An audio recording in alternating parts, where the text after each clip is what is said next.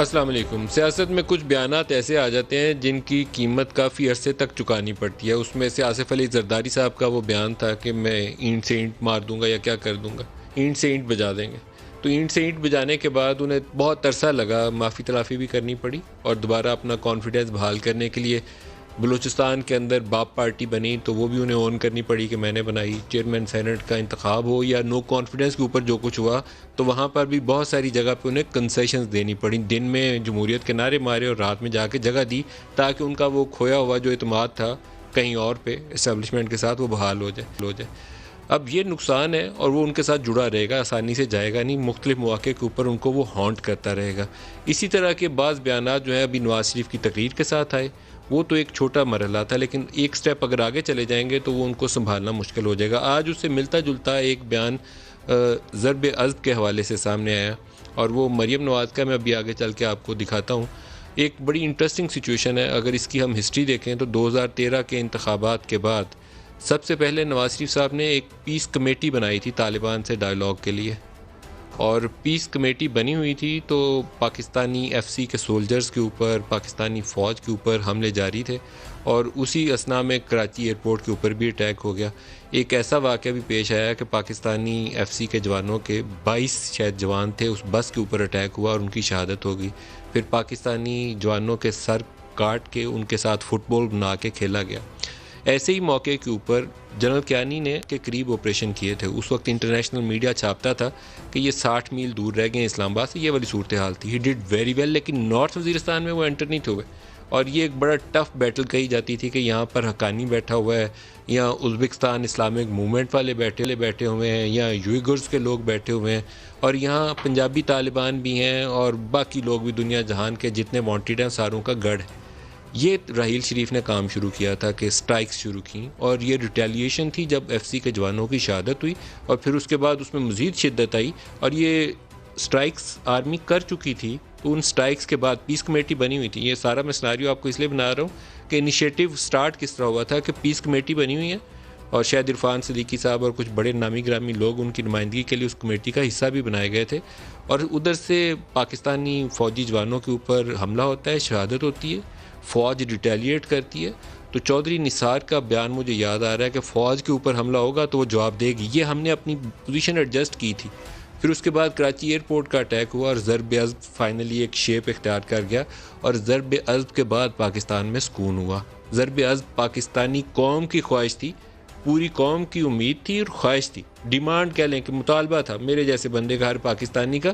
Execute اس کو فوج نے کیا، اور یہ جو گروپس بنے ہوئے تھے، یہ بنے بھی جنرل ضیاء دور کے تحفے تھے، ہمارے پاس آئے ہوئے تھے جہاد افغانستان کے دنوں میں، اور ہم اس کو الاؤ کرتے گئے، لیکن پھر ایک دن آنا تھا کہ صفائی کرنی تھی، وہ جنرل راحیل شریف نے کی۔ آج میں اسٹیٹمنٹ سناتا ہوں، پھر میں اس کے اوپر بات کروں گا۔ بعض چیزیں بہت احتیاط سے کہنی پڑیں گی۔ یہ راستہ ایک بند ہے اس وقت نواز شریف کے آگے بھی اور مریم نواز کے آگے بھی۔ ان کو دیوار توڑ کے اپنا راستہ نکالنا ہے، کیونکہ پچھلے 3-4 سالوں میں جو کچھ پاکستان میں ہوا ہے، بعض معاملات میں ان کے ساتھ ہوگی، بعض معاملات میں انہوں نے جو سیاست کی تھی اس کا خمیازہ بھگتنا پڑا ہوگا، لیکن دیوار توڑ کے راستہ ضرور نکالیں سیاسی چالوں سے، لیکن کچھ ایسا مت کریں کہ تناؤ ایک نئی شکل ایسی اختیار کر جائے کہ کسی کے سنبھالے ہی نہیں آئے۔ پہلا ان کا بیان سنوائے جی، انہوں نے کیا کہا ہے وہ ضرب عضب کے حوالے سے۔ پاکستان کی ہر بیماری کا علاج اس ایک نعرے میں جس کو کہتے ہیں ووٹ کو عزت دو، اس میں چھپا ہوا ہے۔ بالکل رد الفساد میں ضرب عضب کے پیچھے فوج تھی، لیکن آگے نواز شریف کھڑا تھا۔ اب ووٹ کو عزت دو کا نعرہ بہت اچھا ہے، انہیں لگانا چاہیے، اور ان کی پارٹی کو اس کو اون کرنا چاہیے۔ اس کے ساتھ پھر جو پیرلل میٹنگ چلتی ہیں وہ میٹنگ چلانی بند کر دینی چاہیے۔ جو آئی جی آئی والا طرز سیاست تھا اس کو کھلے عام اس کی مذمت کر کے اپولوجی کرنی چاہیے۔ بہت اچھی بات ہے، میں اس کو پرسنلی انہیں سپورٹ کروں گا اگر ایسے ہی چلیں، لیکن یہ ضرب عضب والی کچھ ریڈ لائنز ہیں، ان کو نہ کراس کریں تو شاید ان کے لیے اچھا ہوگا۔ اسلام آباد ہائی کورٹ نے جو اشتہار لگانے کی بات کی وہ بھی دکھا دیں۔ بڑے افسوس کی بات ہے، کل اسلام آباد ہائی کورٹ سے یہ حکم آیا اشتہاری ڈکلیئر کیا جائے، اور اس کے پرچے جو ہیں اور اشتہار جو ہیں وہ جگہ جگہ لگائے جائیں۔ آپ لگائیں اشتہار، اس میں بے شک آپ نواز شریف کا چہرہ ڈال دیں، لیکن جب آپ غداری کا، بھگوڑے ہونے کا اشتہار لگائیں گے تو لوگوں کو اس میں جنرل پرویز مشرف کی شکل نظر آئے گی۔ اب یہاں دو صورتحال ہمارے سامنے ہیں. نواز شریف کو جس کیس کے اوپر ڈسکوالیفائی کیا گیا تھا وہ بہت کمزور بنیاد تھی اس کی, اور وہ کمزور بنیاد یہ تھی کہ اکاؤنٹ ریسیویبل تھے. اکاؤنٹ ریسیویبل کی ایک ٹیکنیکل ڈیفینیشن کے اوپر ایک سٹنگ پرائم منسٹر کو ڈسکوالیفائی کرنا درست نہیں ہے. لیکن اس وقت نواز شریف کو, فارمر پرائم منسٹر ہیں, ان کو آ کے عدالت کے سامنے جانا چاہیے, اور عدالت کے سامنے جائیں گے تو ان کی عزت بڑھے گی, ان کا وقار بڑھے گا, اس میں کمی نہیں آئے گی اور ان کی سیاست کو مزید تقویت ملے گی. تیسرا بیان بھی وہ ڈھول والا بھی سنوائیں جی. نیب نے کل کہا کہ ہم ڈھول بجا کے اعلانات کریں گے کہ نواز شریف کو واپس لاؤ, لیکن جب تم ڈھول بجاؤ گے تو آواز ڈھول کی نہیں آئے گی, آواز ارشد ملک کی گواہی کی آئے گی. جب تم ڈھول بجاؤ گے تو عاصم سلیم باجوہ صاحب کے پیزے کے کاروبار کی آواز آئے گی, کیونکہ جب اس طرح کے ہتھ کنڈوں پہ یہ اتر آتے تو اس کا مطلب ہے کہ حکومت کے دن تھوڑے ہیں. اب یہاں تین نام ہیں, جنرل پرویز مشرف کا, جج ارشد ملک کا اور جنرل عاصم سلیم باجوہ کا. یہاں انصاف کا جو اصول کسی ایک پہ لاگو ہو وہی سب پہ لاگو ہونا چاہیے, پھر یہ نعرہ ختم ہو جائے گا. اگر نہ لاگو کیا تو یہ نعرہ چلے گا اور اس میں تقویت آئے گی. یہ ہمارے اتھارٹیز کو, جو متعلقہ ادارے ہیں, ان ساروں کے لیے ایک چیلنج ہے, اور شاید نون لیگ کے لیے یہ سب سے بڑا ہتھیار ہوگا. جب وہ جلسے جلوس کریں گے وہاں یہ اس نعرے کی آواز مزید بلند ہوگی, اور اس نعرے کو روکنا زور سے کیا گیا کوشش کام نہیں آئے گی, کوئی مدد نہیں ملے گی, لیکن انصاف کرنا یقیناً کام آئے گا. پھر اس نعرے کی جو توانا آواز ہے اس کمزور ہونا شروع ہو جائے گی. جو شرکا آج کے پروگرام میں ان کا آپ سے تعلق, ملکہ بخاری ہمارے ساتھ ہیں اسلام آباد اسٹوڈیوز میں, عطا اللہ تارڑ ہوں گے PMLN سے, اور جنرل غلام مصطفیٰ صاحب ڈیفینس اینالسٹ ہیں. سب کو پروگرام میں خوش آمدید کہتا ہوں. جنرل غلام مصطفیٰ, آپ سے اسٹارٹ کروں گا. جو پہلا بیان ہے ضرب عضب والا, وہ بڑا انٹرسٹنگ ہے. اس وقت پالیٹکس ایک ایسی جگہ کے اوپر ہے کہ مریم کو واپسی کا راستہ چاہیے سیاست کے اندر. تو کیا لگتا ہے آپ کو, کوئی راستہ نکلے گا ان نعروں سے, یا کچھ لگتا ہے کہ تناؤ والی کیفیت اور بڑھ جائے گی؟ دیکھیے, تناؤ والی کیفیت میں دن بدن اضافہ ہو رہا ہے, اور اس میں جو ہماری لیڈرشپ ہے وہ کوئی زیادہ مدد نہیں کر رہی کہ تناؤ کم ہو. اور جو ملک میں ایک عجیب قسم کی تقسیم آپ کو نظر آ رہی ہے وہ دن بدن اور بڑھ رہی ہے. اور یہ جو کچھ بھی ہو رہا ہے, یا جس نہج پہ چیزیں جا رہی ہیں, مجھے ڈر یہ ہے کہ ہم بہت زیادہ اپنا نقصان کر بیٹھیں گے, تب بھی ہمیں ہوش نہیں آئے گی. اور میں ذاتی طور بھی یہ سمجھتا ہوں کہ چونکہ مریم بی بی کو تمام معاملات کا پوری طرح علم نہیں ہے, وہ صرف اس کو سیاسی نعرے کے طور پر استعمال کرنا چاہتی ہیں, تو بہتر ہے کہ نہ کریں. وہ ان کے پاس بہت سا سیاسی مواد ہے جو وہ اپنی فیور میں یا نون لیگ کے فیور میں بات کر سکتی ہیں, کیونکہ نون لیگ ایک وقت تھا کہ پاکستان کی مقبول ترین جماعتوں میں سے تھی. 97 کا الیکشن دیکھیے, 2013 کا الیکشن دیکھیے, تب بھی تھا. لیکن اب اگر وہ اس نہج پہ آ گئے ہیں جہاں پر ان کو اس قسم کے بیانات کا اشارہ لینا پڑتا ہے, تو پھر جو جن کے پر بات کر رہے ہیں پھر وہ بہت سی باتیں کریں گے جو ان سارے حالات کو اور مزید خراب کرے گا, بگاڑے گا. اس میں بہتری نہیں جا سکتے. کیا لگتا ہے آپ کو کیا ہوگا؟ کیونکہ راستہ بنانے کے لیے اس وقت تو پورا زور لگائیں گے. اگر طاقت سے دبایا گیا تو نقصان ہوگا, انارکی والی کیفیت پیدا ہوگی. مجھے تو زیادہ خوف اس بات کا ہے کہ آپ کے بہت کچھ ہاتھوں سے نکل نہ جائے. دیکھیے, آپ کی بات بالکل صحیح ہے, اور جتنے بھی سین مائنڈز ہیں اس ملک میں وہ سب اس بات پہ پریشان ہیں کہ ہم دیواریں توڑنے کی کوشش کر رہے ہیں. دیکھیے, دیواریں کچھ ایسی دیواریں ہیں جن کو توڑا نہیں جا سکتا. ان کو توڑ کے انسان اپنا توڑنے کی کوشش اپنا سر تو زخمی کروا سکتا ہے, لیکن کوشش یہی کی جانی چاہیے کہ دیواروں کے سائڈ سے جس طرح پہلے سے گزارا جاتا ہے جایا جائے. اور بہت سے ایسے معاملات ہیں جن کے اوپر زیادہ جھگڑا کیے بغیر طے ہو سکتے ہیں. پاکستان ایک ہے, ہم نے بھی یہیں رہنا ہے, پاکستان کے اندر ہی سیاست ہونی ہے. پاکستان کی اسٹیبلشمنٹ وہ بھی ایک حقیقت ہے, اس کو آپ نظر انداز نہیں کر سکتے. اور اس لیے میرا اپنا خیال یہ ہے, جو آپ کی بات بالکل صحیح ہے, اس آگے بڑی بات جس طرح بڑھائی جا رہی ہے تو پھر معاملات بہت بگڑیں گے. کیونکہ دیکھیے, سارے لوگ نواز شریف صاحب کے ساتھ نہیں ہیں. بہت سے ایسے لوگ ہیں جو نواز شریف صاحب کے اور مریم صاحب کے بیانی سے متفق نہیں ہیں. اگر وہ بھی کھڑے ہو جائیں اور ادھر سے مریم بی بی اور یہ سارے کھڑے ہو جائیں تو ملک کے اندر تو آلریڈی انارکی کی طرف ہم لے کے جا رہے ہیں. ملک کے معاملات بہت اس وقت گمبھیر ہیں, اور معاملات اور جس کا سنجیدہ صورتحال کا متقاضی ہے وہ اس وقت ملک میں نظر آتی ہے مجھے. طارڑ صاحب, آپ فرمائیے گا, اس وقت جو انٹرسٹنگ سناریو ہمارے پاس پالیٹکس کے اندر نظر آتا ہے کہ نواز شریف, مریم, مولانا فضل الرحمان یہ اس پولیٹیکل بیٹل کو کے لیڈ پلیئر ہوں گے, یہ لیڈ کر رہے ہوں گے. باقی کسی کو وہ ذمہ داری کا وہ اتنا وزن اس کے کاندھوں پہ نہیں ڈالا گیا جتنا ان تینوں کے اوپر ہے. دوسری طرف آپ دیکھیں گے تو وہاں تحریک انصاف کی حکومت تو کھڑی ہے, ساتھ اسٹیبلشمنٹ بھی کھڑی ہے. تو آپ کا ٹکراؤ جو ہے وہ بالکل لگتا ہے کہ یقینی ہوگا اگلے 4-6 ہفتوں کے, اس سے زیادہ کام آپ کھینچ نہیں سکیں گے. کہیں نہ کہیں ایسا راستہ نکالنے کی کوشش میں آپ کا ٹکراؤ ہو جائے گا. بہت شکریہ ملک صاحب. دیکھیے بات یہ ہے کہ پچھلے 2 سال کے اندر اس ملک میں احتساب کا بھی یک طرفہ نظام چلایا گیا ہے. یعنی جو فیورٹس ہیں, جو تحریک انصاف کے وزراء ہیں, مشیران ہیں, ان کے لیے ایک الگ احتساب کا نظام ہے, اور اپوزیشن بینچز پہ بیٹھے جو اراکین ہیں ان کے لیے احتساب کا ایک اپنا نظام ہے. تو جو بات یہاں پہ ہو رہی ہے وہ آئین کی حکمرانی کی ہو رہی ہے, وہ قانون کی حکمرانی کی ہو رہی ہے. دیکھیے یہ تو ممکن نہیں ہے نا جی کہ آپ لیڈر آف اپوزیشن اس وقت 2 جیل میں ہیں, یعنی شہباز شریف صاحب قائد حزب اختلاف, اور حمزہ شہباز شریف صاحب جو پنجاب سب سے بڑا آپ کا لیجسلیچر ہے, سب سے بڑی اسمبلی ہے, اس کے لیڈر آف اپوزیشن جیل میں ڈالا ہے.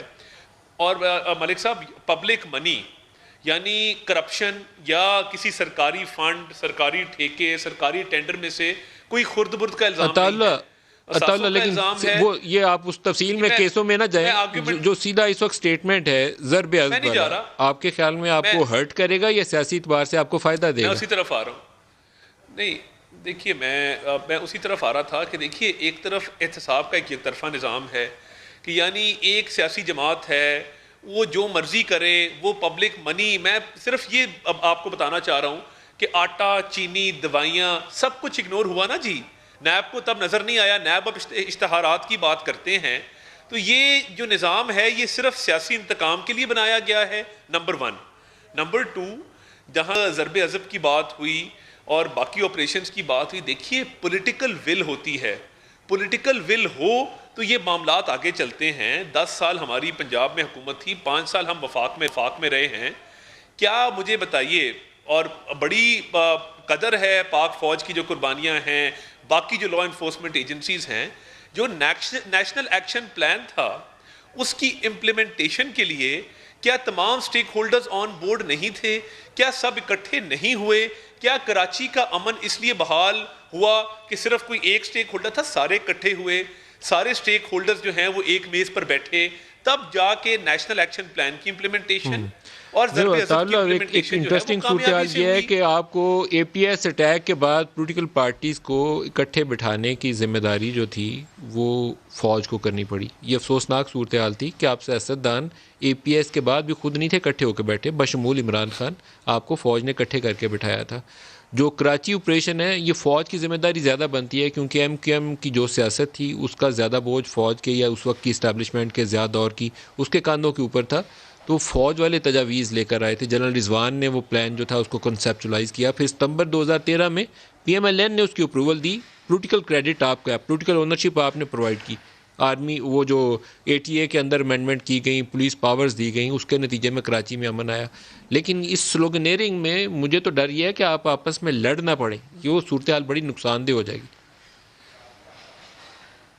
دیکھیے ملک صاحب بات یہ ہے, جس طرح آپ نے کہا کہ اس کی اپروول دی اور لیجسلیشن ہوئی, میں اسی طرف آ رہا تھا. آپ دیکھیے پرائم منسٹر نواز شریف کے آپ کراچی کے وزٹ اٹھا لیں, تمام سٹیک ہولڈرز کو اکٹھا کرنے کی انہوں نے ذمہ داری اٹھائی بطور وزیر اعظم, بطور اسٹیٹمنٹ, سب کو اکٹھا کیا اور مسائل کا حل نکلا.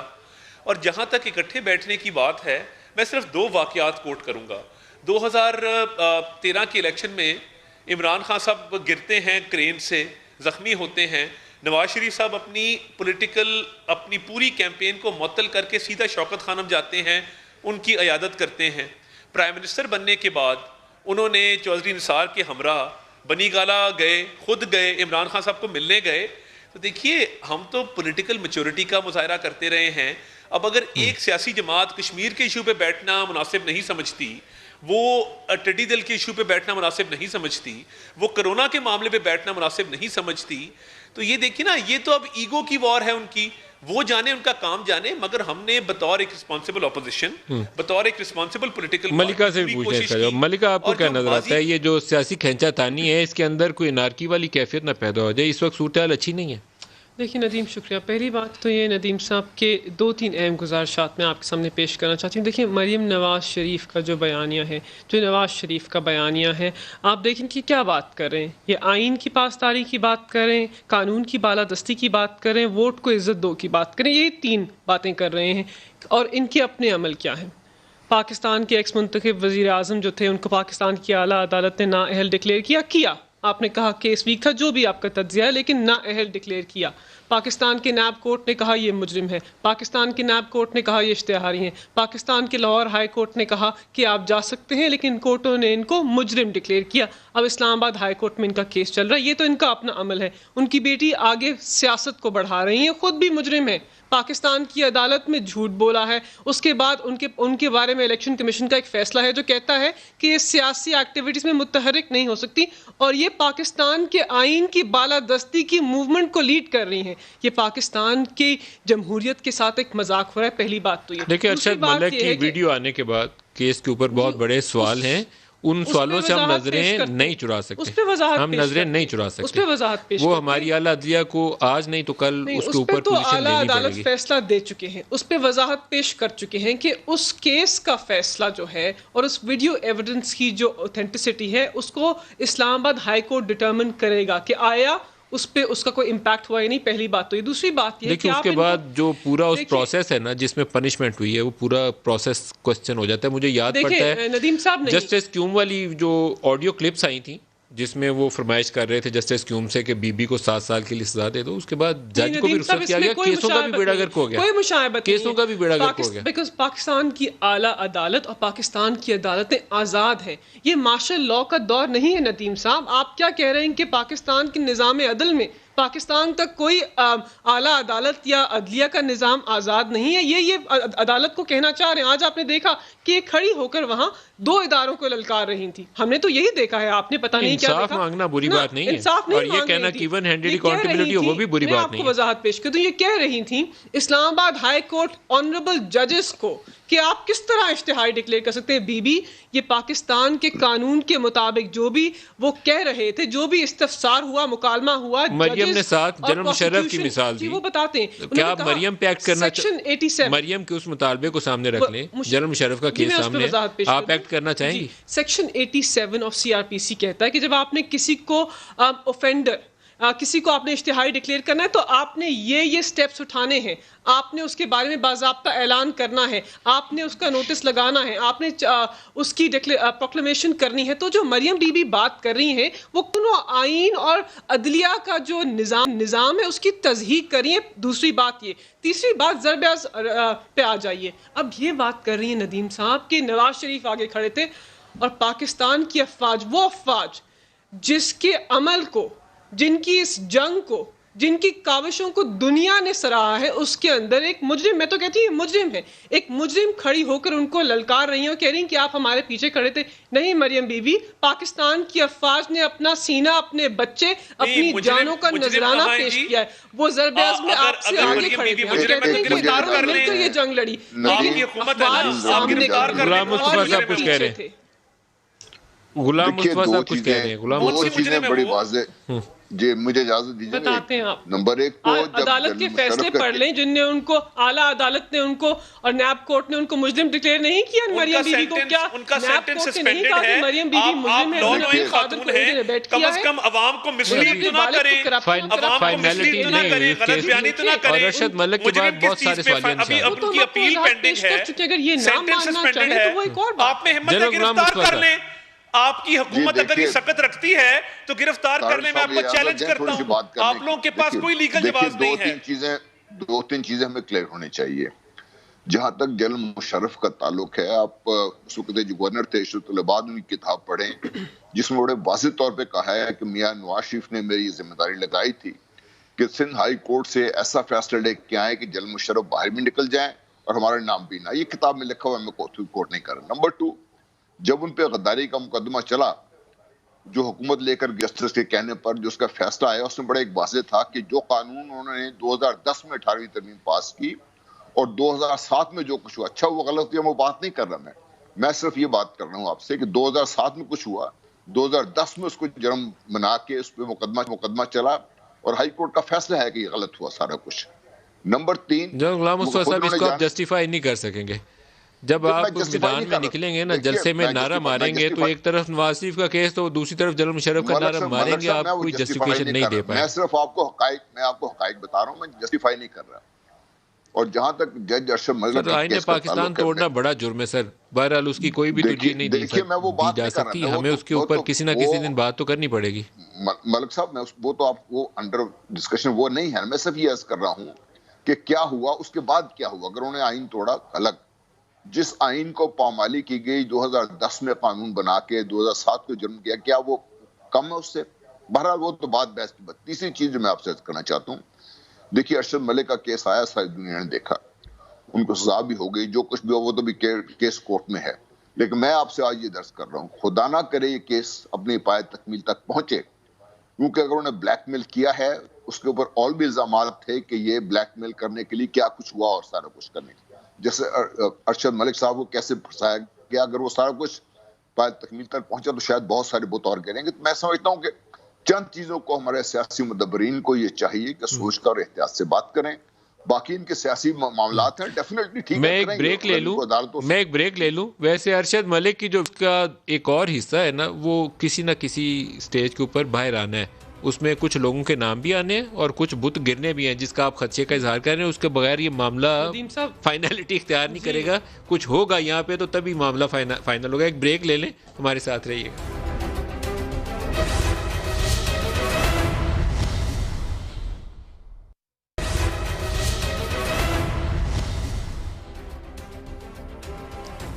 اچھا, آج والی میٹنگ میں کچھ اور بیانات بھی تھے. خواجہ آصف صاحب جو ہیں وہ طبلِ جنگ بجا رہے ہیں, سنائیے گا کیا کہا انہوں نے. قائد محترم نے جنگ کا اعلان کیا ہے 84 ممبر ہیں نیشنل اسمبلی کے. جب نقطہ عروج پہنچے گا اس جدوجہد کا, اس موومنٹ کا, تو یہ 84 کے 84 ممبر جو ہیں نواز شریف کی کال کے اوپر اسمبلی سے استعفیٰ دیں گے. اطاعت تارڑ صاحب, وہ استعفیٰ کب دیں گے, کب وہ عروج آئے گا؟ کیونکہ پچھلی دفعہ آپ کے 35 بندے تو ووٹ ڈالنے ہی نہیں تھے. دیکھیے, جو 35 کا فگر ہے وہ اوورال اپوزیشن کا تھا. ہمارے 6 ممبر ان اکاؤنٹڈ فور تھے, اور میں ایک ایک کا نام لے کے بتا سکتا ہوں کون کہاں پہ کیسے تھا اور کس کی کیا مجبوری تھی. وہ بحث اپنی جگہ پہ. 5 MPAs جو تھے پنجاب اسمبلی کے, وہ 166 کے ہماری ٹوٹل تعداد میں سے, ان کو ہم نے ایکسپیل کر دیا ہے, کیونکہ آئے روز یہ کنفیوژن ہوتی تھی, کبھی کسی سے ملاقات کبھی کسی سے ملاقات. اور حکومت نے پورا زور لگایا پچھلے 2 سال کسی طریقے سے کوئی ممبر توڑ لیا جائے. وہ آج آ کے 5 پہ سوئی رکتی تھی. ہم نے ان کو پارٹی سے ایکسپیل کر دیا ہے, نکال دیا ہے. یہاں ہماری اسٹرینتھ 161 ہے اور قومی اسمبلی میں 84 ہے. قومی اسمبلی کا ایک ایک ممبر کمیٹڈ ہے. ابھی تک کسی نے کسی بھی پارٹی کے ڈسپلن میں یا کسی چیز میں کوئی انحراف نہیں کیا, کوئی وائلیشن نہیں ہے. تو آپ کے خیال میں جو فیٹ ایف کی ووٹنگ تھی اس کے اندر کمپرومائز کون سی پارٹی ہوئی؟ اگر آپ کے تو 6 اراکین آپ کو پتہ ہے کہ کون تھے, تو کمپرومائز کون ہوا؟ کوئی تو کمپرومائز ہوا جی. 36 ووٹ ویسے پورے نہیں ہوتے. دیکھیے, بہت ساری پارٹیز تھی جن کے سرے سے ہی لوگ نہیں آئے. بہت سارے لوگ ایسے ہیں, کون کون کمپرومائز ہوا؟ جس دن ہم اسلام آباد میں تھے فیٹف.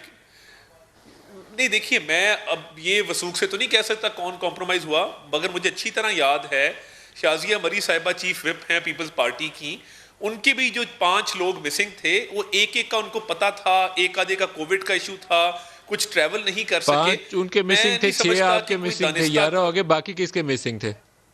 جی باقی دیکھیے, چھوٹی پارٹیز ہیں کچھ آئی نہیں وہاں پہ, جن کے بالکل سرے سے کوئی ممبر نہیں آئے, وہ 2-2 4-4 کر کے, اور سینیٹرز ملا کے تو وہ تعداد کافی زیادہ ہے. مگر میں نہیں سمجھتا کہ کسی کو کوئی انڈر ڈیوریس تھا, انڈر پریشر تھا کہ ہمیں روکا گیا, یا اس طرح کا کوئی معاملہ نہیں تھا. نہیں, گنجائش دی گئی. یہ جانے دیں طارق صاحب, اب یہ نہ بتائیں, گنجائش دی گئی. یہ بڑا کلیئر انڈرسٹینڈنگ تھی. 10 کا فرق تھا. غلام مصطفیٰ صاحب ہنس رہے ہیں, انہیں بھی پتا ہے کہ آپ لوگ پہلے ڈسکس کر رہے تھے کہ کس طریقے سے اللہ گلا کر کے باہر نکلنا. مگر ملک صاحب 15 اراکین حکومت کے نہیں آئے. وہ کیوں نہیں آئے؟ کیا ان پہ بھی کوئی پریشر تھا؟ وہ بھی کمپرومائز تھے, وہ بھی نہیں آ سکے. آپ کے پاس تو بیسٹ اپرچونٹی تھی کہ اس دن ان کو ڈیفیٹ کر دیتے, ان کے 15 بندے نہیں تھے.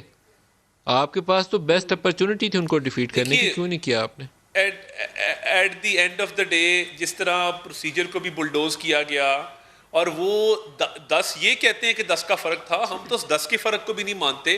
اسپیکر صاحب نے جس طریقے سے ہاؤس کنڈکٹ کیا. سر طاہر صاحب ویسے ایک چیز آپ کو بتاؤں, خواجہ آصف صاحب نے تو ابھی کہا ہے نا کہ نواز شریف نے جنگ کا اعلان کر دیا ہے, تو خواجہ آصف صاحب نے کہا تھا کہ ہم غیر مشروط حمایت کا اعلان کر رہے ہیں جس دن آرمی ایکٹ کے اوپر امینڈمنٹ کی بات چل رہی تھی. تو آپ سیاسی جماعتیں پہلے طے کر لیں کہ ووٹ کو عزت کس طریقے سے دینی ہے. دیکھیے وہ پارٹی پالیسی تھی, وہ طے ہوا تھا, وہ ووٹ دیا. فیٹف کے ہم نے 12 بل پاس کروائے, وہ بھی ہماری پالیسی قومی مفاد میں ہم نے ان کو بھی ووٹ دیا.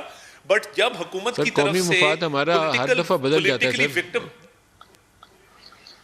نہیں ملک صاحب, اس میں دیکھیے نا, پولیٹیکلی وکٹمائز کرنے کے لیے شکیں ڈالی گئی. وہ 6 ماہ کے لیے مسنگ پرسن کرنے والا بل یہ لے آئے جس کے اندر یہ شک تھی کہ ہوم سیکٹری یا انٹیریئر سیکٹری کسی بھی شخص کو 90 دن اور پھر مزید 90 دن توسیع کر کے وہ کسی بھی شخص کو ڈیٹین کر سکتا ہے. ایک آپ سے اور بات پوچھوں کہ جنرل غلام مصطفیٰ سے بھی پوچھتا ہوں. نواز شریف صاحب نے اپنی تقریر میں جنرل عاصم باجوہ کا نام لے کر کہا تھا کہ وہ کمانڈر صدرن کمانڈ تھے جب وہ وہاں بلوچستان عوامی پارٹی بنائی گئی اور کس طریقے سے حکومت کی تبدیلی کا عمل ہوا. جب نو کانفیڈنس موو ہوئی اس وقت تو جنرل عاصم باجوہ نے آپ کے ووٹ نہیں توڑے ہوں گے. جنرل عاصم باجوہ قصوروار ہے تو اس کے اوپر کریں, مجھے کوئی ایشو نہیں ہے ان کو ڈیفینڈ کرنے کا.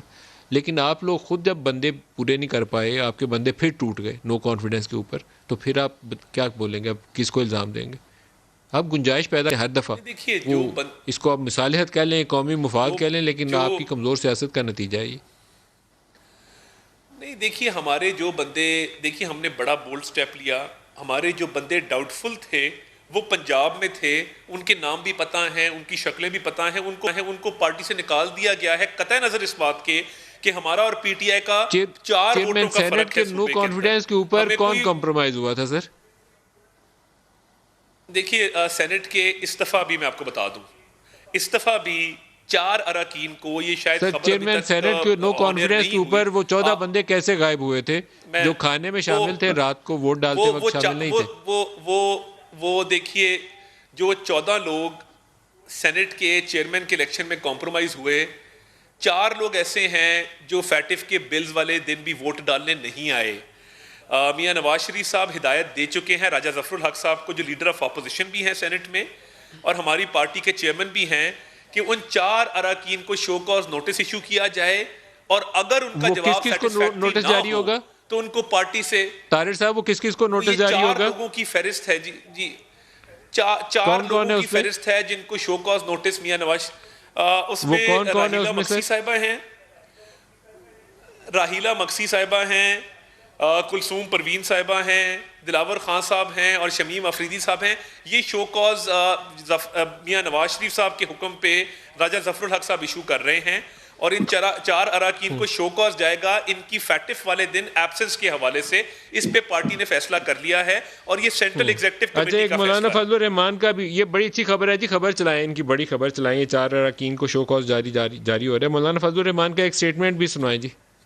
ہماری طرح فوج کے ساتھ, اس کی قیادت کے ساتھ کسی قسم کا کوئی جھگڑا اور تنازع نہیں ہے.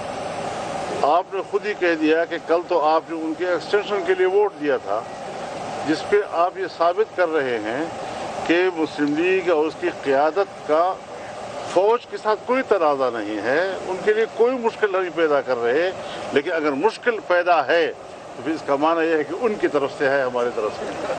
جنرل غلام مصطفیٰ کتنی محبت ہے اسٹیبلشمنٹ کی مولانا فضل الرحمان کے ساتھ, کیونکہ دھرنے سے پہلے بھی ملاقات ہوئی, ویسے بھی ان کے رابطے رہے. جن دنوں یہ لوگ وہ بات چیت کے لیے بھیجا کرتے تھے اسد عمر کو اور پرویز خٹک صاحب کو, تو بات چیت مولانا فضل الرحمان سے نہیں ہوا کرتی تھی. اکرم درانی کے وہ گھر چاہ کے بیٹھ جاتے تھے, مولانا ملاقات کے لیے کہیں اور گئے ہوتے تھے, کبھی چودھری برادران کے ساتھ اور کہیں کسی اور جگہ پر. تو آپ کے رابطے تو بہت اچھے ہیں ان سے. دیکھیے مولانا صاحب کے ایک کریڈٹ تو دیں کہ وہ کبھی اپنے دروازے بند نہیں کرتے, اور وہ سیدھے دیوار, جیسا پہلے عرض کی تھی دیوار توڑنے کی بات کا, وہ دیوار توڑنے کی بات نہیں کرتے. ان کو آپ 2002 سے دیکھ لیجئے, بڑا ان کا بڑے واضح ایک کردار ہے, وہ گنجائش پیدا کرنے کی ان میں میرے خیال سب سے بڑی صلاحیت ان میں ہے. یہی جو ان کا آرگومنٹ ہے کہ ہماری فوج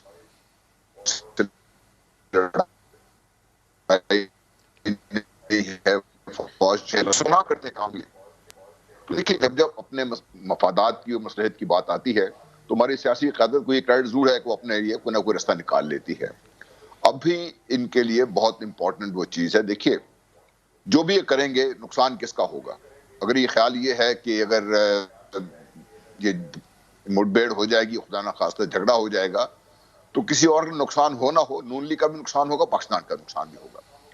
تو یہ وقت متقاضی ہے کہ جو لیڈرشپ ہماری ہے وہ اپنے ان چھوٹے چھوٹے مفادات کے دائروں سے باہر نکلیں, بڑی بات سوچیں. بڑا یہ ہے کہ تو نون لیگ کی لیڈرشپ میں آپ کس کو یہ پیغام دے رہے ہیں سر؟ نون لیگ کی لیڈرشپ میں یہ پیغام آپ کا کس کے لیے ہے کہ وہ سوچے؟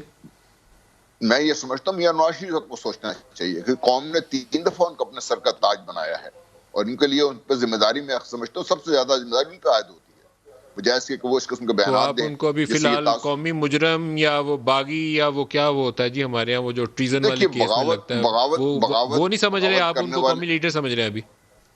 دیکھیں آپ سمجھنے نہ سمجھنے سے تو کچھ نہیں ہوتا نا. اگر یہ نون لیگ ان کے ساتھ کھڑی ہے, 84 نیشنل اسمبلی کے ممبر اب بھی ان کی وفاداری کا دھرم بھرتے ہیں, اس طرح پنجاب میں لوگ ہیں.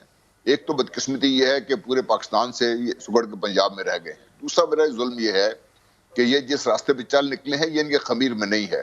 اور یہ میں اگر کہوں بھی تو نواز شریف صاحب کو عدالتوں نے جو کیا ہے لڑائی, عدالتوں کی لڑائی تو عدالتوں کی لڑائی ہے نا, وہاں پہ مجرم ان کو ڈکلیئر کیا ہوا ہے. لیکن اگر آپ بھی ان کو یہ اپنا سر کا تاج بنا کے رکھنا تیار ہیں تو میں تو اس کو کچھ نہیں کر سکتی. ان کا اپنا یہ تو نون لیگ کا اپنا مسئلہ ہے. لیکن اگر یہ نواز شریف صاحب کی دفعہ کے وزیر اعظم اس حد تک لیڈرز کیسے بیٹھ کے فیصلہ کریں, کیونکہ وہ تو نہ اکٹھے بیٹھیں گے, نہ بات کریں گے, نہ راستہ نکالیں گے. دیکھیں ندیم, بات یہ ہے کہ جو 3 پولیٹیکل پارٹیز کے لیڈران ہیں, مسلم لیگ نواز, پاکستان پیپلز پارٹی کے لیڈران تو اتنے اوپنلی آ کر نہیں کر رہے, اور فضل الرحمان صاحب کی جو پارٹی ہے یہ خصوصاً مسلم لیگ نواز اعلان جنگ کر چکے ہیں. خواجہ آصف نے صحیح بات کی, اعلان جنگ کیا ہے. کس سے اعلان جنگ کیا ہے؟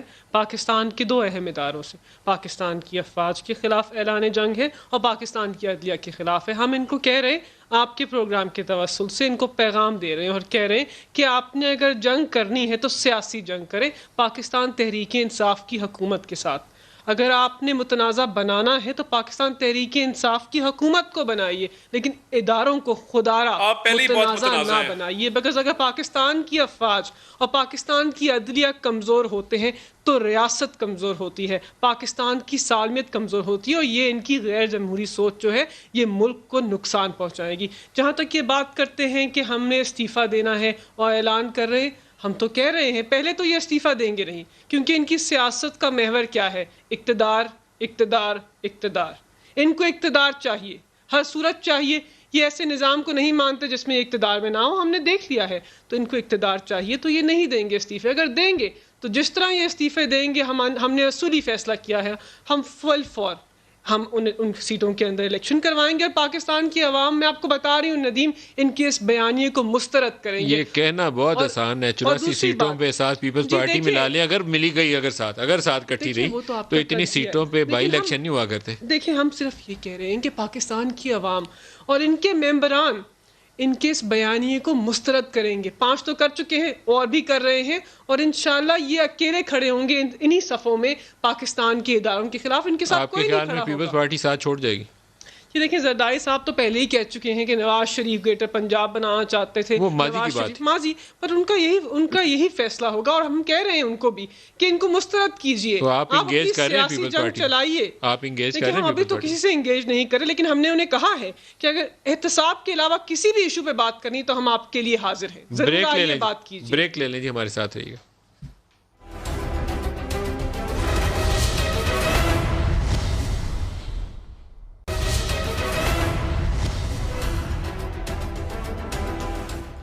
پروگرام میں دوبارہ خوش آمدید کہتے ہیں. ڈاکٹر اشفاق حسن خان ہمارے ساتھ شامل ہو رہے ہیں. ڈاکٹر صاحب آپ کو خوش آمدید کہتا ہوں. ورلڈ بینک کی رپورٹ بھی ہے اور حفیظ پاشا صاحب کا انٹرویو بھی ہے. وہ کہتے ہیں کہ پچھلے سال نیگیٹو 1.5% گروتھ ہوئی, اور انفلیشن اور مہنگائی نے غربت کی شرح میں بہت اضافہ کر دیا.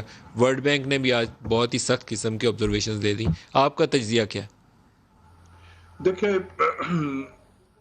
جو پچھلے سال ہم نے 0.4% نیگیٹو گروتھ دیا تھا, تو آپ یہ دیکھیں کہ نیشنل اکاؤنٹس تو بنتا تھا, جنرلی بنتا ہے